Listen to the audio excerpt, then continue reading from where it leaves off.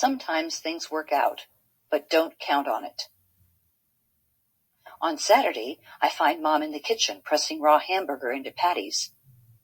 I was thinking we should invite the new neighbors to our barbecue, she says. This could be a nice chance to introduce ourselves. Great! I watch her hands shape another hamburger and know I'd better choose my next words carefully. What about David? What about him? Sometimes he forgets the rule about chewing with his mouth closed, or he drinks from someone else's soda, or they live next door, Catherine.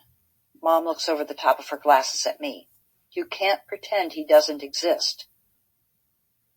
I trace a line on the linoleum with my toe. I know, but it's hard enough to make new friends without worrying he'll do something embarrassing. I just want it to be nice today, a fun cookout with nothing going wrong. Dad and I'll watch him. That's actually the worst possible answer. It's only a teeny step from both parents watching to neither watching, each thinking the other's in charge. Maybe you could make a schedule and take turns? We'll both watch him. She pounds the hamburger with the palm of her left hand to flatten it. Why don't you run over and invite the neighbors now, so I'll know how much food to prepare? What time should I say? Tell them lunch will be at 1, though they're welcome to come early. She tears waxed paper from the roll and covers the layer of hamburgers. Heading for the hallway, I remember what I came into the kitchen to ask. Can we go to the mall later? I need some new colored pencils. My crimson and indigo are only about 2 inches long now, and I'd love more greens. Maybe you could earn them by doing extra babysitting.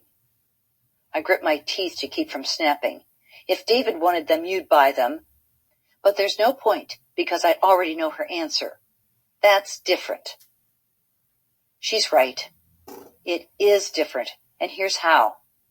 Everyone expects a tiny bit from him and a huge lot from me. In the hallway, I bounce between worrying things could go wrong. What if David spills something on his shorts and takes them off in front of everyone? And hoping things go right. The girl next door might really like me. Before I open the front door, I close my eyes and wish. Just this once, let it be easy. Outside, Dad is pitching a tennis ball to David on the front lawn. Here it comes. David swings too late, and the ball thumps against the side of the porch. All done? Let's watch TV? Like I said, you have to try 10 times before you can watch TV. Dad picks another tennis ball from the pile on the grass at his feet. We have 5 balls left. Catherine, tell him when to swing. David and I sigh together. He lifts the plastic bat and moves his feet apart. Swing! I yell as the ball comes close. David misses anyway. You need a bigger ball, I tell Dad. He'd have a better chance. It'd help if we had a catcher, he replies. Want to play? I look across the fence pickets to the woman in her lawn chair reading. No thanks. Mom said I could invite the family next door to our cookout, and she's waiting to hear if they're coming. Dad bends to grab the next ball from the pile. And you'll be in charge of David. It's only half the truth, but if Dad thinks he's in charge, he won't wait for Mom to do something. All right, he says. Elbows up.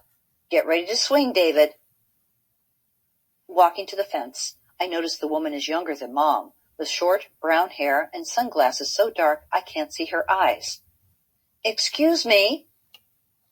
She sets her paperback face down on her lap. Hello? Hi, I live next door. I cringe at how stupid I sound. Of course I live next door. Why else would I be talking over our fence to her? She smiles. My daughter Christy will be excited to meet you. She's with her dad this weekend, but I'll send her over to introduce herself when she gets back. My heart drops. She's not home. That'd be great. My mom was wondering. David shrieks. I turn to see the plastic ball flying through the air. David runs in a tight circle, flailing his arms, his mouth wide in another ear-piercing howl. As Mom dashes down the porch steps, Dad calls to her, It's all right. It's just a bee. I can't see our neighbor's eyes behind her sunglasses, but her lips aren't smiling. I want to sink behind the fence and hide, but it wouldn't do any good. She'd still see me between the slats. Oh, look at the time, I say, checking my watch. Sorry, gotta go. Bye, the woman says. I'll tell Christy you stopped over. Hurrying for the house, I pass Mom sitting cross-legged on the grass with David thrashing in her arms. David's so big he doesn't fit on Mom's lap anymore, and they look twisted, an awkward tangle of elbows and knees, arms and legs. Dad picks up the plastic bat. Don't baby him, he says to Mom. The bee didn't even land on him. His back already to her, Dad doesn't see Mom's lowered eyebrows. He can't help being afraid, she snaps. Why can't you comfort him? It shouldn't always have to be me. You're the one who ran out of the house, Dad shoots back. I glance to the fence, hoping the lady next door can't hear them. She's reading, her book held high to block the sun. Shh, Mom soothes David. It's all right. A bee won't hurt you unless you bother him. I want to yell at her. It's not that easy. David can't even figure out what'll bother me. I kick a tennis ball out of my way and watch it skitter across the grass and bounce against the steps. Dad bends to pick up the tennis ball. As I run up the porch steps, he asks wearily, Did you invite our new neighbors? They're busy, I lie, closing the front door behind me.